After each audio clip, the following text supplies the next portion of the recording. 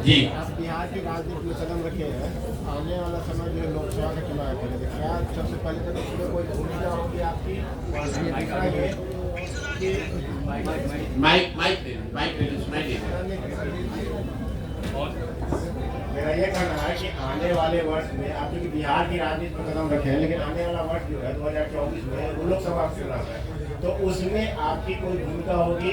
और दूसरा है कि जो अभी वर्तमान में राजनीति है वो गठबंधन को लेकर के है, तो क्या ऐसा कहीं दिख रहा है आपका कि किसी के साथ आप अलायंस भी कर सकते हैं बिहार की राजनीति में? पहली बात आप ये समझिए कि जब मैंने पदयात्रा शुरू की उसी दिन ये बताया है कि दल तभी बनेगा जब मैं करीब करीब पूरा बिहार पैदल चल लूंगा। तो लोकसभा से पहले तो अभी हम आधा बिहार ही कर पाए हैं, 2 4 5 जिला और कर लेंगे। तो लोकसभा से पहले जन स्वराज दल बनने की संभावना तो मैं नहीं देखता हूँ। लेकिन अगर लोग ये चाहते हैं कि वो चुनाव लड़े, जो लोग जन स्वराज परिवार से इस परिकल्पना सोच से जुड़ रहे हैं, और अगर वो तय करते हैं कि चुनाव लड़ा जाए तो उन जगहों पर चुनाव लड़ सकते हैं। लेकिन जो चुनाव लड़ेगा वो निर्दलीय के तौर पर लड़ेगा। जन स्वराज परिवार या हमारी सोच या हम लोग के पास जो भी व्यवस्था है उसकी मदद करेंगे। लेकिन ये निर्णय विशुद्ध तौर पर उन लोगों का है जो जन स्वराज से जुड़े हुए हैं। अगर लोकसभा के स्तर पर, जिले के स्तर पर वो निर्णय लेते हैं कि हम लोग को चुनाव लड़ना है, हम लोग के पास योग्य कोई प्रत्याशी है, तो वो चुनाव निर्दलीय के तौर पर लड़ सकता है। इसका एक उदाहरण आपने देखा होगा, पहले 5 जिलों में जब हम लोग पैदल चल लिए तो वहां पर एक उपचुनाव हुआ, कई उपचुनाव हुए, लेकिन उसमें एक शिक्षा के एमएलसी का भी चुनाव हुआ। तो लोगों का ऐसा मानना था कि चूंकि हम लोग शिक्षा पर इतनी बात कर रहे हैं तो शिक्षकों के एमएलसी के चुनाव को हम लोग को लड़ना चाहिए। तो उन 5 जिले के जन स्वराज के साथियों ने मिलकर यह तय किया और अपने में से अफाक अहमद जी को चुनकर प्रत्याशी बनाया गया। वो लड़े निर्दलीय के तौर पर, लेकिन चुनाव जीते, अभी एमएलसी भी हैं। तो लोकसभा में ये संभव है कि जन स्वराज के जो साथी जिन जिलों में हम लोग पदयात्रा कर चुके या जहां पर वो संगठन बन गया है, वहां पर अगर वो तय करते हैं कि चुनाव लड़ना है, उनके पास उनकी नजर में कोई योग्य उम्मीदवार होगा तो वो उम्मीदवार निर्दलीय के तौर पर लड़ सकता है। जन स्वराज दल के तहत कोई चुनाव लड़ने की अभी संभावना नहीं है। दल तभी बनेगा जब मैं पूरे बिहार की या ज्यादातर बिहार की पदयात्रा पूरी कर लूंगा। दूसरा आपने कहा गठबंधन की, तो कोई संभावना नहीं है, इसको लिख लीजिए बिल्कुल बोल्ड शब्द में। ये जन स्वराज की जो पूरी परिकल्पना है, इसमें कोई गठबंधन की संभावना किसी तरह की, किसी दल किसी व्यक्ति से है ही नहीं। ये नई व्यवस्था बनाने की बात है। ये एमएलए जीतने का, एमपी जीतने का, चुनाव लड़ने का अभियान नहीं है। बिहार में व्यवस्था परिवर्तन के लिए इतना बड़ा संघर्ष हमने शुरू किया है। हमको 10, 20, 50 एमएलए जिताने में कोई दिलचस्पी नहीं है, एमएलए जिताने में भी दिलचस्पी नहीं है। हमारी दिलचस्पी है कि बिहार को जीता जाए, लेकिन बिहार को सही लोगों के साथ जीता जाए, उनके पास सही लोग जीते और उनके पास योजना हो, तभी बिहार सुधरेगा।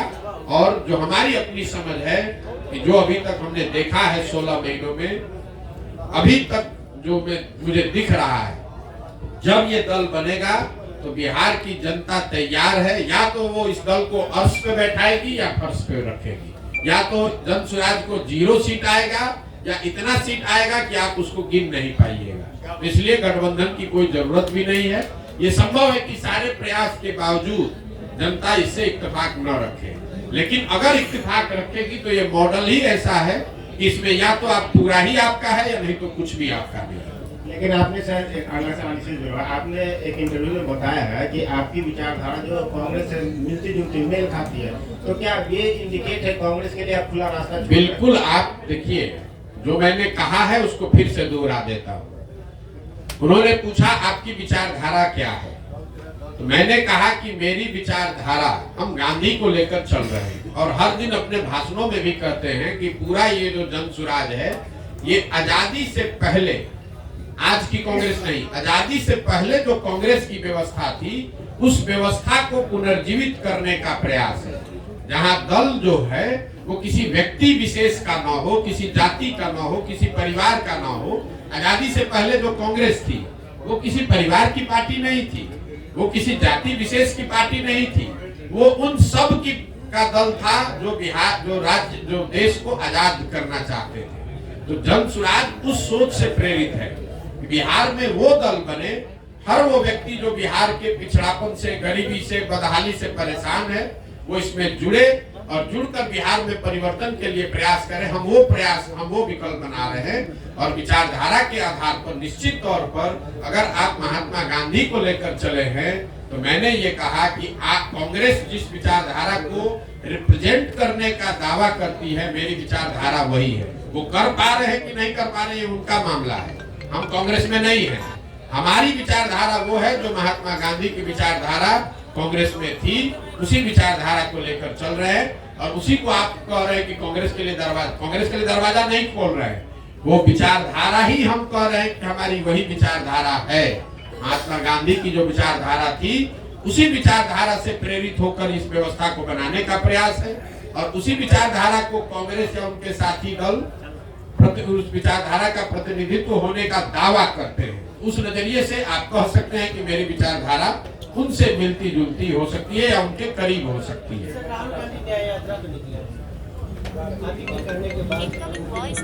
नहीं, राहुल गांधी तो बहुत बड़े नेता हैं, उनको हमारे कहने की और सुझाव की क्या जरूरत है।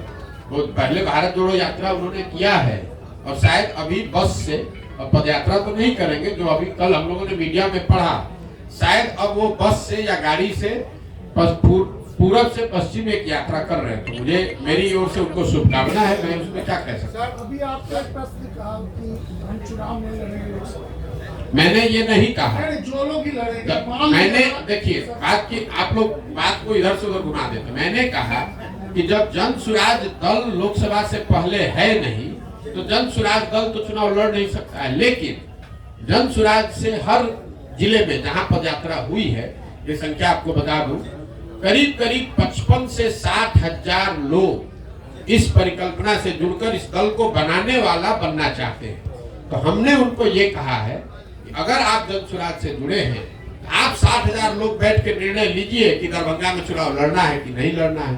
अगर वो निर्णय लेंगे और उनके पास इस विचारधारा के मानदंडों के हिसाब से कोई चेहरा मिल जाए उम्मीदवार के तौर पर, तो उसको हर हालत में पूरी मजबूती से निर्दलीय के तौर पर लड़ाया जाएगा। लेकिन अगर किसी कारण से आपको चुनाव नहीं हो पाता, हमारे जिला की बात है, दरभंगा लोकसभा में नहीं हो पाता, कोई नहीं लड़ेंगे, कोई हड़बड़ी नहीं। लेकिन जो आपके साथ जुड़े हुए लोग हैं, हाँ, उनको आप क्या कहेंगे? किन पार्टी को? कोई दिक्कत कुछ नहीं कहेंगे। आप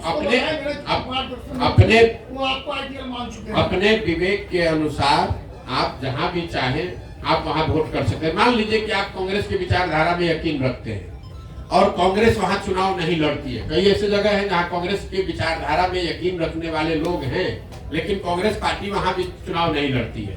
कई ऐसे जगह है जहां बीजेपी के विचारधारा के मानने वाले लोग हैं, लेकिन भाजपा वहां चुनाव नहीं लड़ती है। तो क्या करते हैं?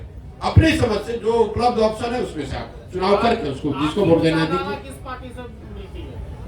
अभी तो आपको बताया भैया, किसी पार्टी से मिल, हमारी विचारधारा, मेरा अपना मत ये है कि जो आजादी से पहले महात्मा गांधी की कांग्रेस थी, हम उसी से प्रेरित होकर जन सुराज हमने शुरू किया है। विचारधारा जो गांधी की विचारधारा थी, वही विचारधारा जन सुराज की विचारधारा है, या उसको बनाने का आज के संदर्भ में उसी के करीब रहने का प्रयास है। सर, अभी आपने कहा कि लालू के डर से बीजेपी को वोट दिया था, बीजेपी के डर से लालू को।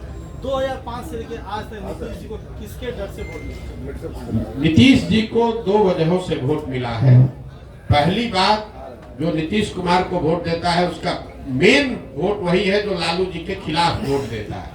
और दूसरा, 2005 से 2010-12 तक उनकी जो सरकार यहाँ चली, उसमें कुछ काम होता, सुधार होता लोगों को दिखा, तो वो सुधारवादी लोग भी उनको वोट दिया उन लोगों ने। लेकिन 2014 के बाद से नीतीश जी के राज में सुशासन का वो चीज देखने को नहीं मिला। इसीलिए आप देख रहे हैं कि किसी 2010 में 206 सीट जीतने वाले नीतीश कुमार एनडीए 2020 में जब चुनाव हुआ तो उनको 125 सीट भी जीतने में मुश्किल आई। तो सिर्फ जाति के आधार पर वोट नहीं है। अगर सिर्फ जाति के आधार पर वोट होता तो जो एनडीए चुनाव लड़ी थी 2010 में, वही एनडीए चुनाव लड़ी 2020 में, तो फिर उनका 206 से घट के 120 कैसे हो गया? यही बात तो हम आपको बता रहे हैं। नीतीश कुमार की जो पूरी राजनीति है, जो उनका वोटर है, वो लालू विरोध पर, लालू जी के जंगल राज के विरोध पर ही खड़ी रही है। उसमें एडिशन जैसे जैसे वो आगे बढ़े तो कुछ और लोग जुड़े होंगे, लेकिन मूल वोट जो उनका है वो लालू विरोध का वोट है। जो लालू से डरता है या लालू जी को नहीं चाहता है, वो नीतीश जी को वोट पहले करता रहा है। तो जदयू की राष्ट्रीय कार्यकारिणी की बैठक होने जा रही है जी, जदयू की राष्ट्रीय कार्यकारिणी की बैठक होने जा रही है और संभावना जताई जा रही है कि नीतीश कुमार फिर से पलटी मार सकते हैं। इस पर क्या प्रतिक्रिया आपने? देखिए, नीतीश कुमार के राजनीतिक जीवन का ये अंतिम दौर चल रहा है, राजनीतिक पारी का ये अंतिम दौर चल रहा है। नीतीश कुमार को खुद नहीं मालूम है कि वो कहां हैं और कहां रहेंगे। इतना मैं जरूर कह सकता हूं कि लोकसभा से पहले अब उनके पास कोई विकल्प नहीं है। उनको चुनाव तो महागठबंधन में ही लड़ना पड़ेगा। इसलिए नहीं कि वो पलटी मारना नहीं चाहते हैं, इसलिए कि अगर पलटी मारेंगे भी तो कोई लेने वाला भी तो होना चाहिए। अब आज के तारीख में उनको कोई लेने वाला भी नहीं बचा है।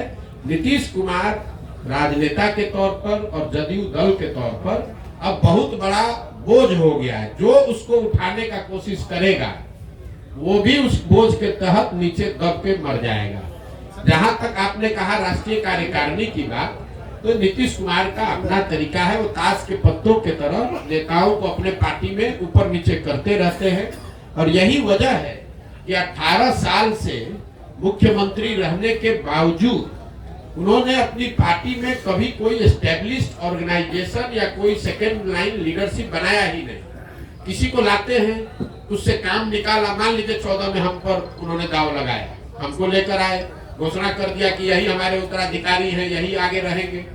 14 में चुनाव जीत गए, उसके बाद सोचते अच्छा प्रशांत किशोर कहीं बड़ा ना हो जाए तो इसको हटा के आप दूसरे को बढ़ाओ। इस चीज का मलाल है सर आपको? बिल्कुल मलाल नहीं है। आप हमको नहीं जानते हैं। हम जीवन में वो लोग नहीं है जो किसी निर्णय पर मलाल करें। हमारे माता पिता और हमारे गुरुओं ने सिखाया है कि जीवन में जो आप काम करते हैं उसके अगर उसमें आपको कुछ गलती हो जाए तो उससे दो रास्ते आपके पास है। एक, आप अपने निर्णय और अनुभव के आधार पर सीख सकते हैं, सीख कर आगे जीवन में गलती न करें ये कर सकते हैं, या उसका मलाल कर सकते हैं। हम मलाल करने वाले लोग नहीं हैं। एक बार नीतीश कुमार ने अगर धोखा किया, उसके बाद नीतीश कुमार चाहे 20 बार हमारे पास आ गए, कितनी बार बात कर ली, कितने संदेश भिजवा दिए, हमने कह दिया कि अब फिर सियार सर्कुल के नीचे नहीं जाएंगे। हमको चाहे 1 बरस लगे कि 10 बरस लगे, अब नीतीश कुमार के साथ जाने का कोई सवाल नहीं है। नीतीश कुमार जब महागठबंधन बनाए, इस बार आपको पता चला जब बनाए तब हमको आकर मार्च में 6 महीना पहले आकर सबसे पहले हम ही से सलाह किया कि भाई हम महागठबंधन बनाना चाहते हैं, आप इधर आ जाइए। आप तो भाजपा के खिलाफ हमारी मदद करना चाहते थे। उस समय भी हमने कहा कि हम नहीं मिलेंगे, अब नहीं आ सकते हैं, आपको जो करना है वो कीजिए, हम अपनी नई व्यवस्था ही बनाना चाहते हैं। अरे प्रशांत किशोर जी, मेरा एक सवाल है जी कि आपने अभी अपने ही माना इस बात को कि बिहार में जातीय के आधार पे लोग वोट देते हैं। जाति भी एक आधार है। जाति भी आधार जी। है। कुछ लोग भाजपा के विरोध में आरजेडी को वोट देते हैं जी। कुछ लोग आरजेडी के लोग। क्या लगता है जिस तरह से आप घूम रहे हैं, बहुत राह आसान है आपके लिए बिहार में जिस विजन को लेके आप चले हैं? मेरे भाई ऐसा है, हम आसान राह वाले लोग नहीं हैं। 2010-11 में हम अगर दरभंगा में आकर आपको ये बताते कि मैं कोई चुनाव प्रबंधन रणनीतिकार के तौर पर काम शुरू कर रहा हूं, जिसमें देश भर के दल और नेता हमसे आकर सलाह, हम जैसे लोगों से आकर सलाह लेंगे और अपना चुनाव लड़ेंगे और चुनाव हराया जिताया जा सकता है, तो पत्रकार के नाते या नागरिक होने के नाते आप क्या करते? हंसते या फिर कहते अच्छा करके देखिए, इससे तो कुछ हो नहीं सकता है। जो पहले से नेता है वो आपसे सलाह क्यों लेगा? लेकिन 10 वर्ष में उस चीज को हमने प्रमाणिक तौर पे करके दिखाया। मान लीजिए कि हमने भाजपा की मदद की, वो जीते। कुछ लोगों ने माना हाँ भाई इनमें दम है, कुछ लोगों ने कहा भाई इनका क्या था, तो मोदी जी का दम था। फिर जब 2015 में भाजपा को यहाँ हरा दिया तो कुछ और लोगों ने माना कि नहीं भाई कुछ तो ये लड़का जरूर जानता है। लेकिन कई लोगों ने कहा भाई इसमें इनका क्या है, तो लालू नीतीश का करिश्मा था। फिर जाके पंजाब जीते तो लोगों ने कहा ना भाई कुछ तो जरूर जानता होगा, तभी पंजाब भी जीत गया। तेलंगाना जीते, आंध्रा जीते, तमिलनाडु जीते, महाराष्ट्र जीते, दिल्ली जीते, वेस्ट बंगाल जीते, तब ना लोग मान रहे हैं कि भैया इनको चुनाव लड़ाने आता है। एक दिन में तो आप माने नहीं है। तो वैसे ही अगर आज हम चल रहे हैं तो स्वाभाविक तौर पर लोगों को यही लगेगा कि बड़ा कठिन है, और कठिन है इसीलिए हमको करना है। लेकिन अगर आप उसको 2 बरस, 3 बरस, 4 बरस, 5 बरस ईमानदारी से, मेहनत से करेंगे तो निश्चित तौर पर इसको किया जा सकता है। हम उनमें से नहीं है जो आकर कहीं लड़ाई में घुस गया। अगर हम यहाँ लड़ने आए हैं तो आप ये मान कर चलिए कि जितनी भी राजनीतिक समझ रखने वाले यहाँ लोग हैं, थोड़ी बहुत समझ हमको भी है। आप ये मान कर चलिए कि इसके जीतने का पूरा खाका हम बनाकर आए हुए हैं। हम उनमें से नहीं है जो आगे आ रहे थे घूमने लगे। इतना तो आप भी जान रहे हैं। हमको इतना हमको आप होशियार नहीं मानिए, लेकिन बेवकूफ तो बहुत कम लोग कहेगा कि प्रधान बेवकूफ है। अगर बेवकूफ कहे भी तो कोई दिक्कत नहीं है। हमें इस बात की समझ है कि बिहार में ये कितनी बड़ी चुनौती है, लेकिन हमें इस बात की भी समझ है कि बड़ी चुनौती है, लेकिन फिर भी इसको किया जा सकता है, इसीलिए कर रहे हैं। अगर आपको कठिन काम करना है, इसीलिए तो इतना कठिन प्रयास कर रहे हैं। जितना आप कह रहे हैं कि कोई नहीं कर पाया, तो किसी ने पिछले 75 साल में बिहार में इस तरह का प्रयास भी नहीं किया है, किसी ने अपनी इतनी मेहनत भी नहीं की है। तो हमको मालूम है कि कठिन काम है, इसलिए ज्यादा मेहनत करना पड़ेगा। आप विकल्प की बात करते हैं सर। उम्मीद की जाए जो आपकी यात्रा समाप्त होगी और जो समस्याएं आप देख रहे हैं 15.5 महीने में जो आपने देखा और आगे भी जो देखेंगे उसका समाधान कब तक? देखिए, मैंने अपने यात्रा के लिए अन्य पदयात्रियों के मुकाबले या दूसरे यात्राओं के मुकाबले मैंने कोई दिन और समय किलोमीटर निश्चित नहीं किया। मेरा संकल्प है कि मुझे पूरा बिहार करना है। करने में 1 बरस लगे या 3 बरस लगे, हम उसको ईमानदारी से कर रहे हैं।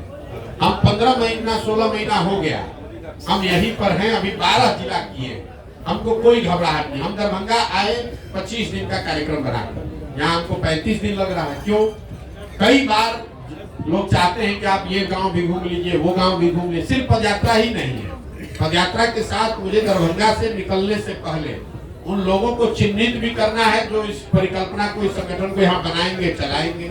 हमको दरभंगा के हर पंचायत का योजना भी बनाकर निकलना है।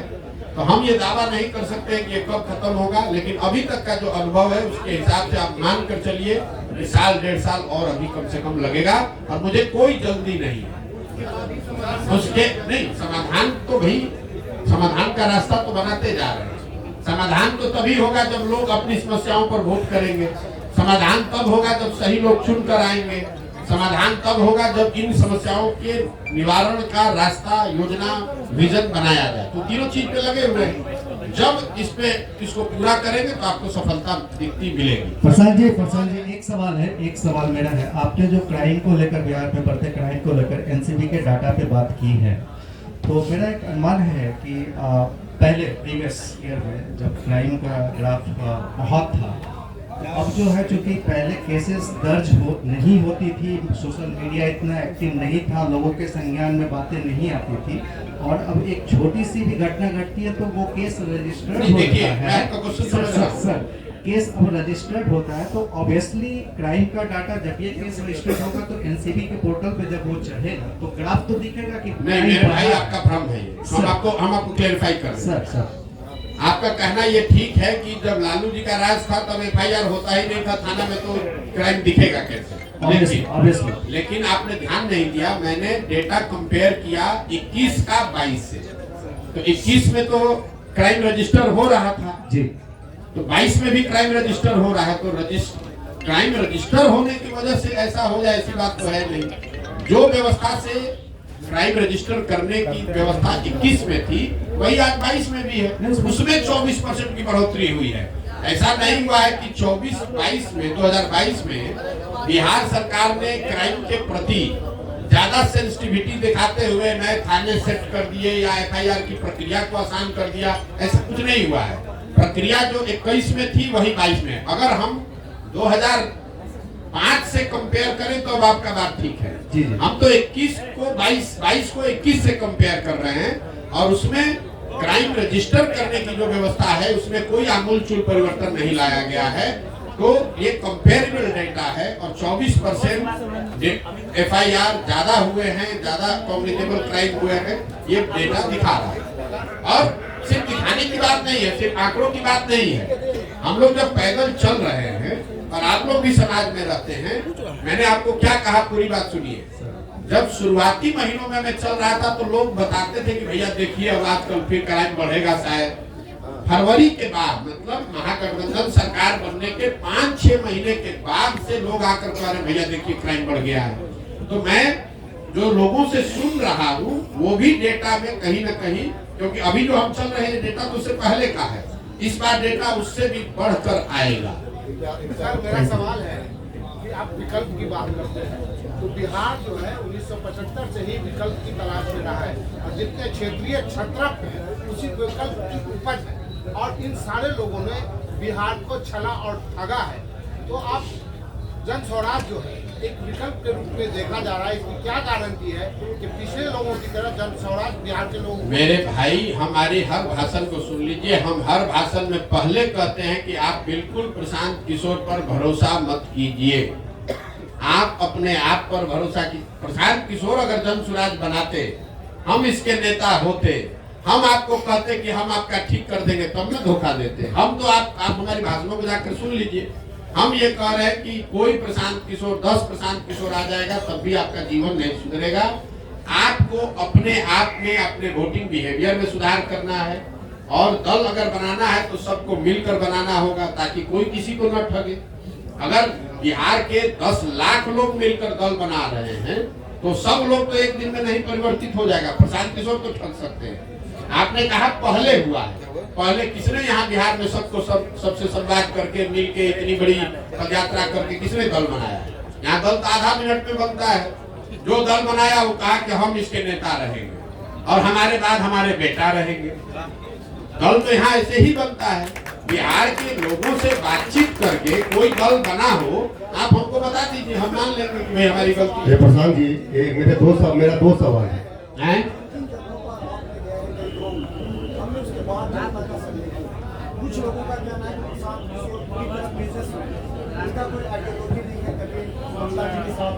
कभी ममता जी के साथ उनका होता है, तो कभी बीजेपी के साथ, फिर महागठबंधन के साथ। किसी न किसी व्यक्ति का तो एक आइडियोलॉजी होना ही चाहिए।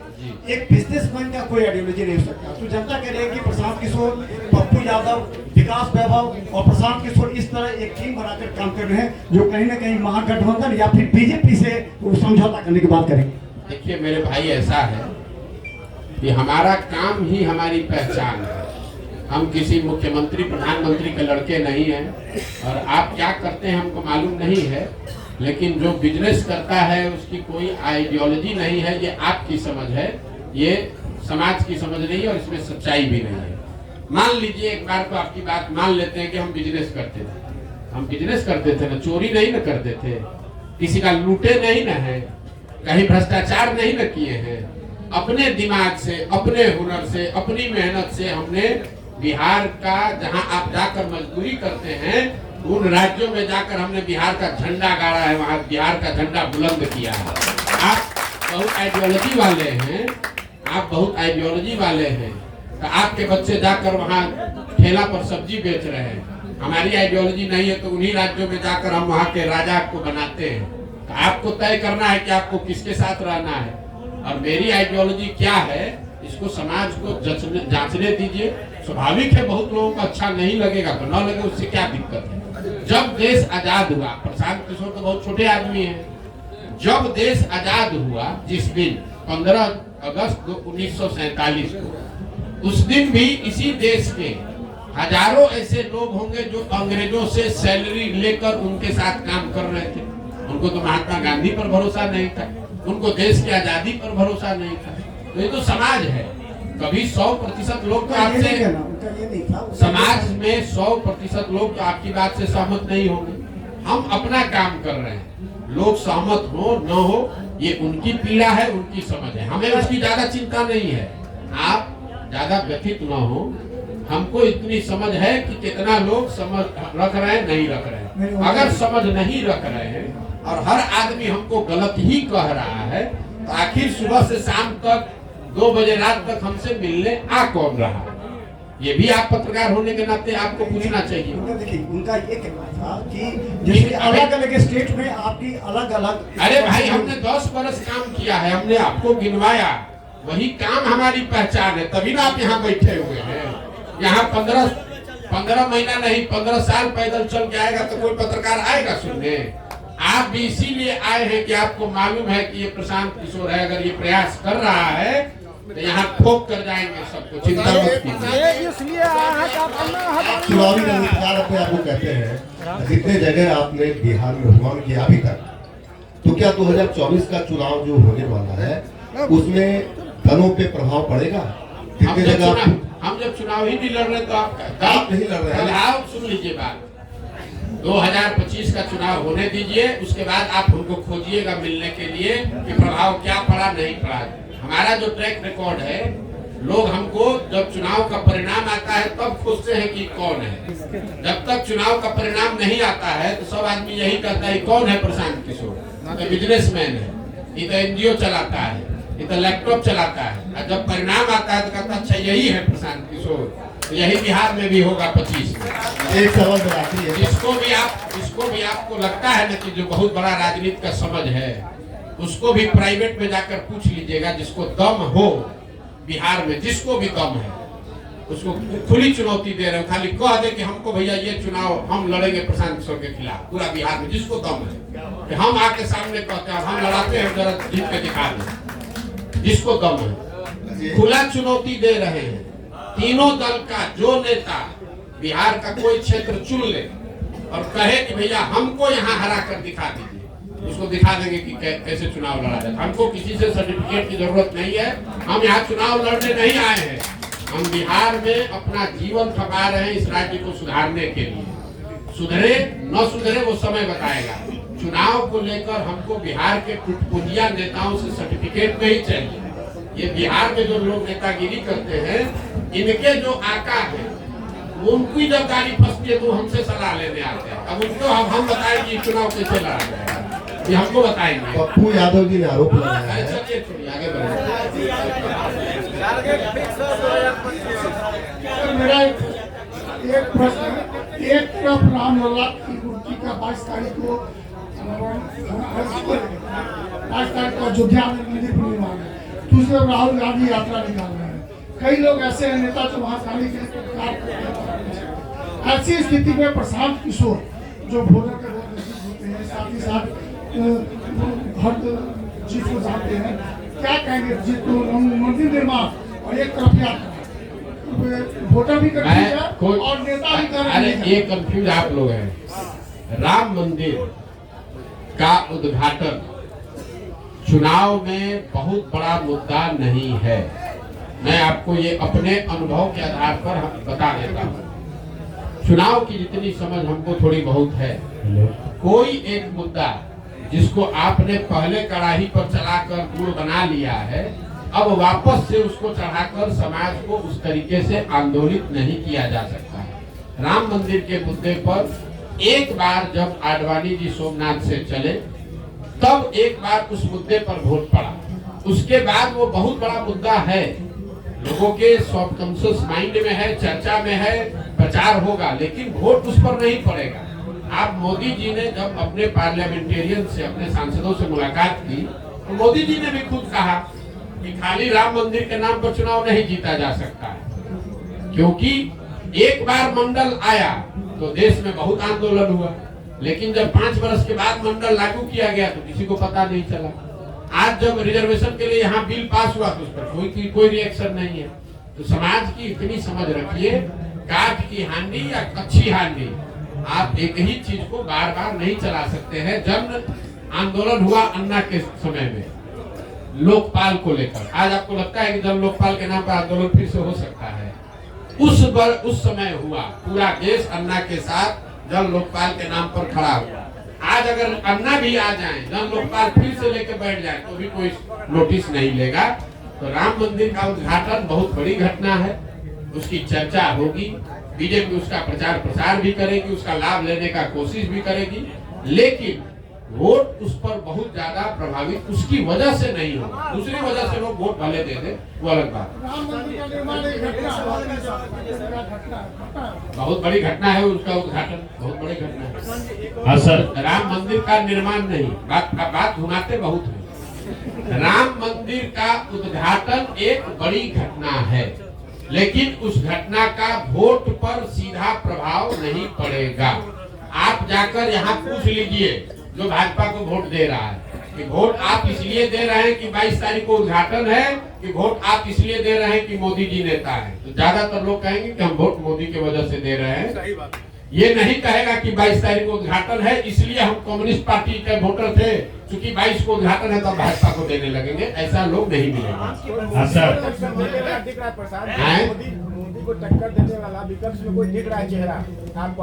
मेरे भाई एक चीज मैं आपको बता दूं, देश में विपक्ष कभी कमजोर नहीं होता है, विपक्षी पार्टी कमजोर हो सकती है। जो मोदी जी महामानव बताए जा रहे हैं, इनको कोई नहीं हरा सकता है। 2000 आगे की बात छोड़ दीजिए, भविष्य की 2019 में जब वो चुनाव लड़े, पूरी उनकी ताकत, उनका करिश्मा, संघ, आइडियोलॉजी, पुलवामा सब मिला दीजिए, तब भी जो 100 लोग वोट देने गए बूथ पर, उसमें 38 लोगों ने मोदी जी के भाजपा के पक्ष में वोट दिया, 62 लोगों ने नहीं दिया। तो 62 लोग ज्यादा है कि 38 ज्यादा है?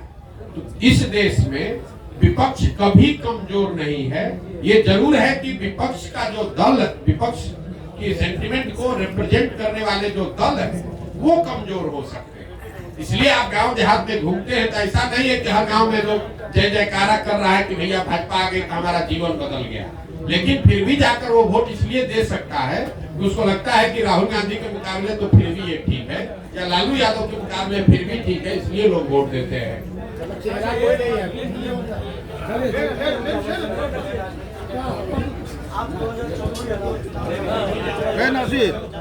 मेरा लोगो ला हम कैलकुलेशन नहीं करते, हम कैलकुलेशन वही करते हैं जहाँ काम करते हैं।